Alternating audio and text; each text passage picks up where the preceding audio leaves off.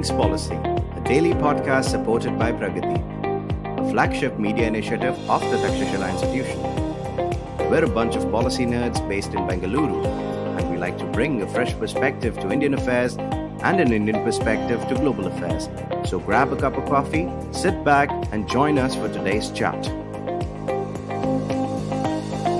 Hello and welcome to another episode of All Things Policy. I'm Harshit Kukreja. With me today, I have my colleague Carl Jaison. Hi Carl, how are you?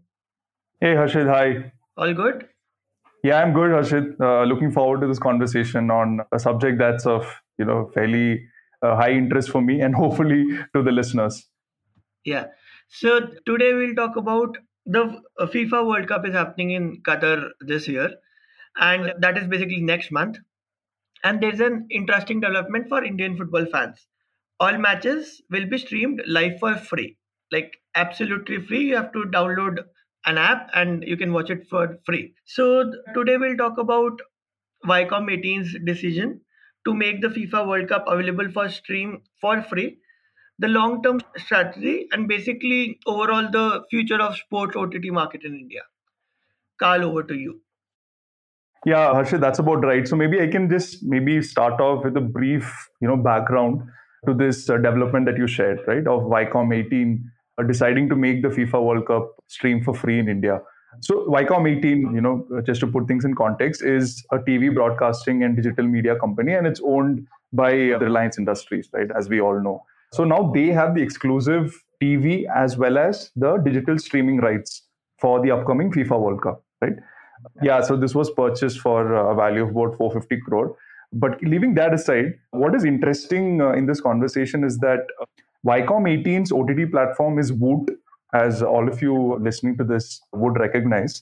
But however, the FIFA World Cup is not going to be streamed on Voot. It's going to be streamed on JioCinema app instead, right? And JioCinema app, as all of you would know, is part of the Reliance Jio family of apps that are free to use for Jio subscribers. But the idea is now that Viacom 18 has brought JioCinema within its ambit, even non-Jio subscribers can now just download the app and watch the FIFA World Cup for free. So that's like a brief background to what Viacom 18 has in mind in terms of streaming the FIFA World Cup. So how have they made it free? But is it like absolutely free? They paid for the rights, right? Yeah, so they have paid for the streaming rights. So I think technically speaking, we know that there are no like free lunches. Yeah. Because at the end of the day, someone is still paying for the subscription, right, to the service. So I think interesting here is that so far only the Jio users were able to use the JioCinema app or any of the Jio apps, for instance. But that's going to change now with other subscribers, right? If you have an Airtel or if you have a Vodafone Idea network, you can just download the app and then kind of watch the FIFA World Cup for free. But going beyond the FIFA World Cup, I think what's interesting about Viacom 18's strategy is that it's not going to restrict itself to just the FIFA World Cup. It's also going to have other sporting properties like the NBA, ATP tennis, for instance, which will eventually move from Voot to the JioCinema app, right? And the idea is that all of this will be made available for free to anyone in India. So I think that's how they're trying to market this in terms of offering it as a free to consume product. So instead of what previously used to happen that you have to be a customer of Jio to use these apps, now anybody can do it. So what I have understood is basically Viacom strategy is that they'll make a lot of sporting OTT events over OTT free. Is this a bit to like grow their user base, or what do you think is so FIFA is only 1 month long, right? So what do you think is a That's correct. long-term plan for Viacom 18 and why they have decided to do this? Yeah, so I think there's again a bit of context that we need to bring in here for the benefit of the listeners. So one is that, so earlier this year, the India's competition regulator, the CCI, approved the merger of JioCinema with Viacom 18, right? And the interesting bit here is that one of the investors, that is Bodhi Tree Systems, they invested about $1.78 billion in Viacom 18. And as part of the deal, the investor wanted JioCinema to be a part of the Viacom 18 network, right? So this was one of the conditions of that deal. So in effect, what this means is that Reliance basically got JioCinema transferred from one of its subsidiaries to the other, right? And this was at the behest of an investor. So from the Reliance Jio subsidiary, it has been now transferred to the Viacom 18 subsidiary, right? So it's just sort of like an internal transfer of platform rights. So definitely there's a commercial angle to this. And as I elaborated on, it's from the recent merger between JioCinema and Viacom 18. But I think what's interesting to the conversation here is really the strategic reasons for this, right? So now JioCinema, if you were to look at the numbers, right? So they have about 400 million lifetime app downloads. And this is almost equal to the number of Jio subscribers overall, right? Which is about 413 million, roughly. But also, it's worth noting that not all of them will be active users, right? So you would have people who may have subscribed to Jio but may not necessarily use the JioCinema app.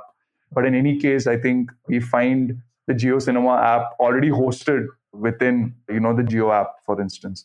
So certainly, the number of downloads is a very important aspect of why Viacom 18 has decided to, kind of get the FIFA World Cup streaming on JioCinema. And if you compare it to their original OTT platform, which is Voot, right? Voot has only 1 million paid subscribers, right? So, and I think that's a massive difference. And these are figures that I've quoted here are as of March 2021. So although Voot has been able to bring in other sporting properties like the NBA, ADP tennis, and a few other sporting properties and events, it's really not been able to shift or move the needle as much in terms of viewership. And I think that's why Viacom 18 has decided to kind of, get all these sporting properties to a platform that already has a very large user base, right? That they can work with. So, but yeah, to come back to your initial question about, why would they want to start with a FIFA World Cup? That is obviously like, high traction. It is the most popular sort of sport on the planet. But at the end of the day, it's still just a 1 month long tournament. So how is a 1 month long tournament essentially going to drive business growth for Viacom 18, right? I think here's where I think the longer term game plan, right, of Viacom 18 comes into the picture. So, as I had said, they have other properties that they're going to onboard now onto the JioCinema platform. And all of these properties don't have the viewership numbers like the FIFA World Cup or the IPL or even the English Premier League for that matter would have, right? So one strategy is definitely to boost the viewership of, other sports content. And this is, again, crucial because as I pointed out, they want to move the viewership needle, which is otherwise not possible with only a single tournament, right? And the interesting thing here is like, the previous World Cup that happened 2018, the 2018 FIFA World Cup. So it was Sony Sports that had the exclusive rights. And they were able to rake in a cumulative reach of 254 million, viewers. So that's the kind of reach you're looking at when you bring in a sporting property like the FIFA World Cup, and which will have a spill-on effect, spillover effect rather, on other sporting properties as well. I think the consumption of OTT has like expanded rapidly post the COVID, the pandemic, the lockdown, and I did not realize that sports OTT yet. Yeah, obviously FIFA though at least you will have a huge viewership. But what do you think about IPL? Will IPL be made free to watch, and does it make a business sense to like buy the rights for IPL for like such a huge cost and as compared to FIFA, and then let it stream for free? Yeah, so I'll get down to say the commercials of the IPL rights, that Viacom 18 has won, which is, about like 50 times that of, that was 4 times that of the IPL rights. So I think what we need to understand here is. So you are saying the FIFA rights are more expensive than the IPL rights? No, I need to clarify here. The IPL rights are more expensive. Okay. So in terms of, as you pointed out, right? So the FIFA World Cup is just a month-long tournament. So how is it going to drive like long-term business growth for them? And I think this is where the Indian Premier League rights that Viacom 18 won comes into the picture, right? So, and it beat its closest rival Disney Star for about 20,000 500 crores, right? So this is the rights for the digital streaming. Disney Star, of course, won the rights for broadcasting it on television, but the digital rights are with Viacom 18. Okay. Now, just to be clear here, right? So we are not sure whether the IPL is going to be moved to JioCinema yet. The IPL season is still fairly some months away. But of course, it's likely to be, say, if at all it's moved to JioCinema, it will bring the property available for Jio subscribers. But I think it's fairly reasonable to assume that Reliance may not be looking at driving revenue through, say, paid subscriptions like what Hotstar is doing, for instance, right? Because Reliance's model has always been through ad-driven sort of revenue, right? So they monetize all their sort of channels or live sports predominantly through ads. So I think we can only speculate here, but I think it's likely going to be an ad-driven model for Reliance when it comes to the IPL. And of course, when Reliance looks at a single Jio user, Reliance is banking on the lifetime value of that Jio user or the Jio subscriber, right? And I think that far outweighs any, let's say, limited subscription packages that they would try to build. So I think we are not yet sure whether the IPL is going to be made free to watch in this format. But given the history of how Reliance packages some of its sporting properties, I think we can assume that they will probably just go for an ad-driven model here. Okay. So basically, IPL may be free to watch like FIFA. Okay. So Carl, let's take a break. We'll continue our conversation after the break. Yeah, that sounds good, Harshit.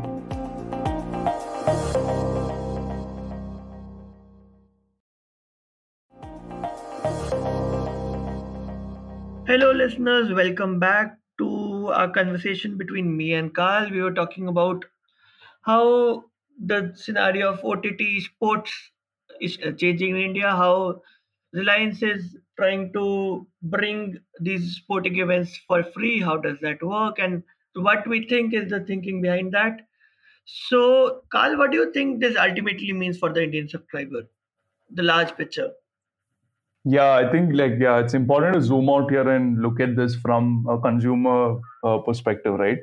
And I think one of the main clarion calls of Jio has always been that we offer cheap data plans. It's going to be the cheapest sort of network that people can purchase, and this has certainly helped them lure potential users onto their network. And I think they have now topped in terms of market share. But one of the consequences of, say, Viacom 18 now having rights to at least three, or at least, let's say, two of the three biggest, cricket broadcast rights, right? And here I mean the IPL and the BCCI's, the Indian national cricket team's games, is that it would just lead them to increase prices for their data plans. Because now what you have is all the sports properties are now housed within the Jio platform. And it will just maybe help them drive more revenue through their data plans, and which will be of course borne by the end user. So increased prices for the Jio sort of data plan is certainly one consequence for the Indian subscriber here, right? And I think that's again something to watch out for. So basically, they are trying to monopolize the sporting to certain extents and cricket to a large extent. So they'll push for like better prices for their data plans, and obviously you will get more data usage. So even if they don't increase the price, they'll still earn more. Yeah, so I think, of course, they have their sort of model there. But I think by and large, what we are seeing is that they'll certainly try to lure subscribers, say, of Vodafone, Idea, or say Airtel, onto the platform, because now they're going to host these, cricket events, right?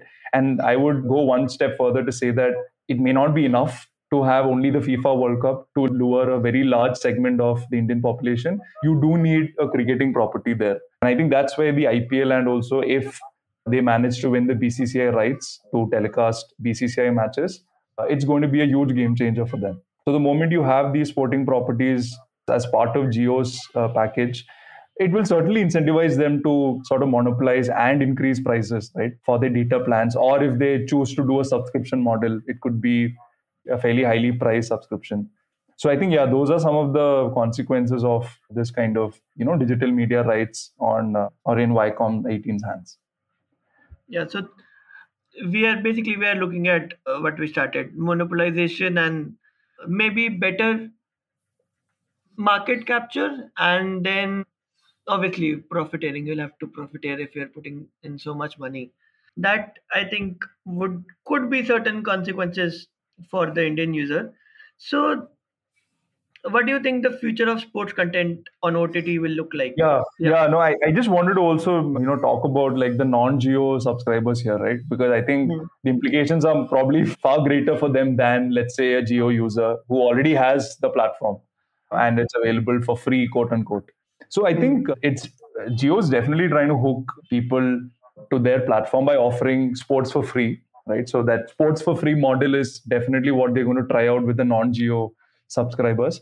And when the IPL comes around, what they'll do is they'll either say put a paywall for non-Geo subscribers, or they will just say, you need to switch to a Geo SIM to be able to watch it for free. So yeah, there's certainly going to be a trade-off there for non-Geo subscribers. And I think that's where, packaging both the IPL and BCCI, cricket telecast rights will become very important for them. Now, there's a potential conflict of interest here, right? And which many commentators have brought out, and which is the Mumbai Indians, which is again one of the most successful teams in the IPL, is owned by Reliance Industries. Of course, it's owned through its subsidiary called India Win Sports. So there's really a conflict of interest that's at play here, with the broadcaster also owning an IPL team, for instance, right? And you can understand how the advertising sort of choices here or the advertising options will be carefully monitored or carefully controlled by Viacom 18. And this will have consequences, say, for its rivals, for instance. So there's definitely a conflict of interest there. But if I were to also maybe look at the changing face, and your question was on how is the OTT market, the sports OTT market, shaping up in India. And I think that's really at the heart of Reliance's business strategy, right? So if you look at the digital OTTs, what you see is this is an opportunity to, capture maximum eyeballs, right? And this is just Hmm. going to help drive their business promotions, different products, apps that they want to advertise. So, and if you're wondering like how this is connected to the IPL, or how this is connected to Geo and the IPL, what you're going to see is a model called the shoppable media, right? Or content to Hmm. commerce, as it's Hmm. called, wherein you're watching something on the OTT platform, and you basically make purchases while you're still on that platform, right? Swiggy Pop was a very sort of innovative idea that was, that was experimented in one of the IPL seasons, where you're watching the game. You don't have Hmm. to essentially move or switch to the Swiggy app to order. You can order while you're watching the game itself. So the shoppable media has become a very important part of why OTT is now is doing fairly well in India, and why Reliance wants to kind of capture this market, right? So that's an important sort of point to note here. But if you also just take a look at the value of this market, right? So Hmm. if you want to have a bidding, right, for sports television rights versus sports digital streaming rights, let's say the last 5 to 6 years, you would certainly say that television rights would be far more expensive, right, for the bidder. But what you see today, right, in 2022, if you were to glean through the IPL bidding rights, right, for the telecast, what you see is that even though Viacom 18, has gotten the digital rights, and they've got the digital rights for almost the same value as the television or the telecast rights, right, on television broadcast rights. Hmm. And so what this means is certainly the value of the market, or it's moving towards a direction where OTT is certainly going to be more lucrative for, say, a broadcasting company or a bidder. And which is why you see it's almost equal, right? So I have the numbers here in front of me. So Disney, paid about 57.5 crores, right, for the Hmm. television rights, Hmm. whereas Viacom 18 coughed up almost 58 crores for the digital media rights. So you see that it's sort of come to the level of television rights, and which is why I think OTT will certainly, be the future in that respect. But I think one of the other very important idea here to talk about is, like if you're going to acquire a customer, for instance, right, how are you going to give the customer a multi-platform experience? And I think this is where I think Reliance, or by extension Viacom 18, is really like stepping up the game, right? So, and I think OTT, there is a value for OTT platforms that has not only integrated, say, a streaming platform, for instance, Viacom 18, but also operates as a network provider, which is Reliance Jio, right? And Reliance is fairly unique in this respect that it has a streaming platform and it is a network provider. So to contrast this, say Disney Hotstar, for instance, right? So Disney Hotstar would charge about 299 rupees, which is about like $4 for their annual sports package. So if you want to watch any content on Hotstar, you would have to pay for this annual subscription. So although this is like fairly cheap, again, quote unquote, it's probably not cheap for a lot of people, but 300 for an annual subscription package is way cheaper than it was like a few years back. But again, this doesn't include a mobile data that you watch it on, right? So, and this is where I think Jio's marketing strategy of paying the same amount of money for that data and being able to consume the content on the streaming platform for free, right? Essentially, I mean, when I say free, it's that they've purchased the data and then you get to watch all the sporting content on the platform for free. So certainly from a customer acquisition standpoint, OTT has a far more powerful sort of pull if, let's say, the brand or let's say the broadcaster is not just a streaming platform, but is also a network provider. And here the classic example of that is Reliance. So, and yeah, I think that's really what I wanted to share, on this particular conversation, Harshit. It's still a very recent development, so I do not want to speculate like too much. But let's see how this evolves into something that is going to, of course, bring a lot of revenue for Reliance. But at the same time, let's see what are the innovations that the subscribers or the viewers can hope to watch. And I think the FIFA World Cup will give us a taste of what Reliance's OTT strategy is concerned. Yeah, so it's a interesting development to watch out for. I'm a little wary of sort of like monopolization in any market, and obviously a few big players are not good for the economy in general, for the consumers. They have too much market power, and seeing this, and that too, now Reliance is holding the rights. They are giving you the product, and they also have sort of like will push you to their own network. Mm. I was reading some data which said that Jio is losing a lot of people. When I think Jio 2016, when Jio came out, a lot of people acquired Jio as their secondary SIMs because of the cheap data plans and free data and things like that. But the latest data shows that a lot of people switched off their secondary SIMs. In April 2022, 7.5 million people shut their secondary SIMs. So maybe this is a way for Jio to make people like retain the Jio as their sole service provider instead of keeping it as a secondary SIM, which a lot of people do. I do that too. So yeah, this is a very interesting development, and I think this was a very interesting conversation, Carl. Thank you for Yeah, being I here. hope it was interesting for the listeners and you as much as it was interesting to me. But yeah, hopefully by the time the World Cup is done and dusted and other sporting properties are on the horizon, maybe we can sort of revisit this subject and look at how Reliance has performed, right? So yeah, thanks Harshit for discussing this subject. Thanks, Carl, for being here. Thank you, listeners, for listening to us. Meet you in the next episode. Thank you.